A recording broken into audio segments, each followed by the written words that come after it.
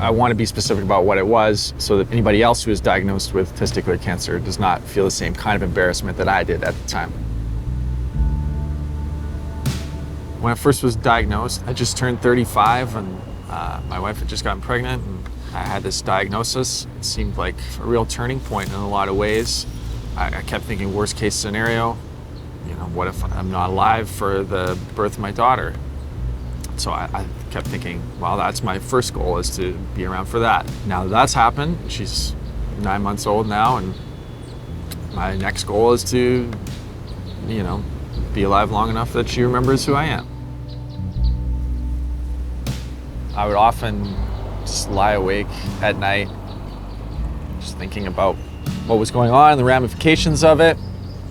My wife would roll over and say, oh, you're still awake. You can only think about it for another 15 minutes, then you have to go to sleep.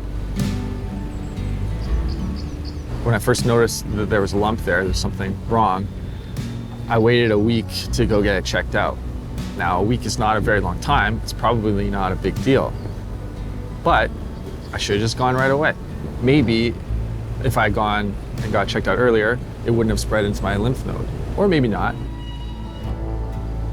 Never let something like your work life postpone getting health treatments. Looking back, that's very clear to me now, but at the time, it wasn't. We've been a band for about 15 years, so these guys are my best friends. We're very close. We're like a family. Right off the bat, as soon as I knew I had to have the surgery, we had to cancel shows, but they didn't care. They knew that I had to do it to get the surgery done as quickly as possible. It makes me appreciate not only that I get to be a musician, but I get to be in a band that I really do love, with guys that are my best friends and guys that I really love. There's sort of a perception that men have to work really hard to provide for their family.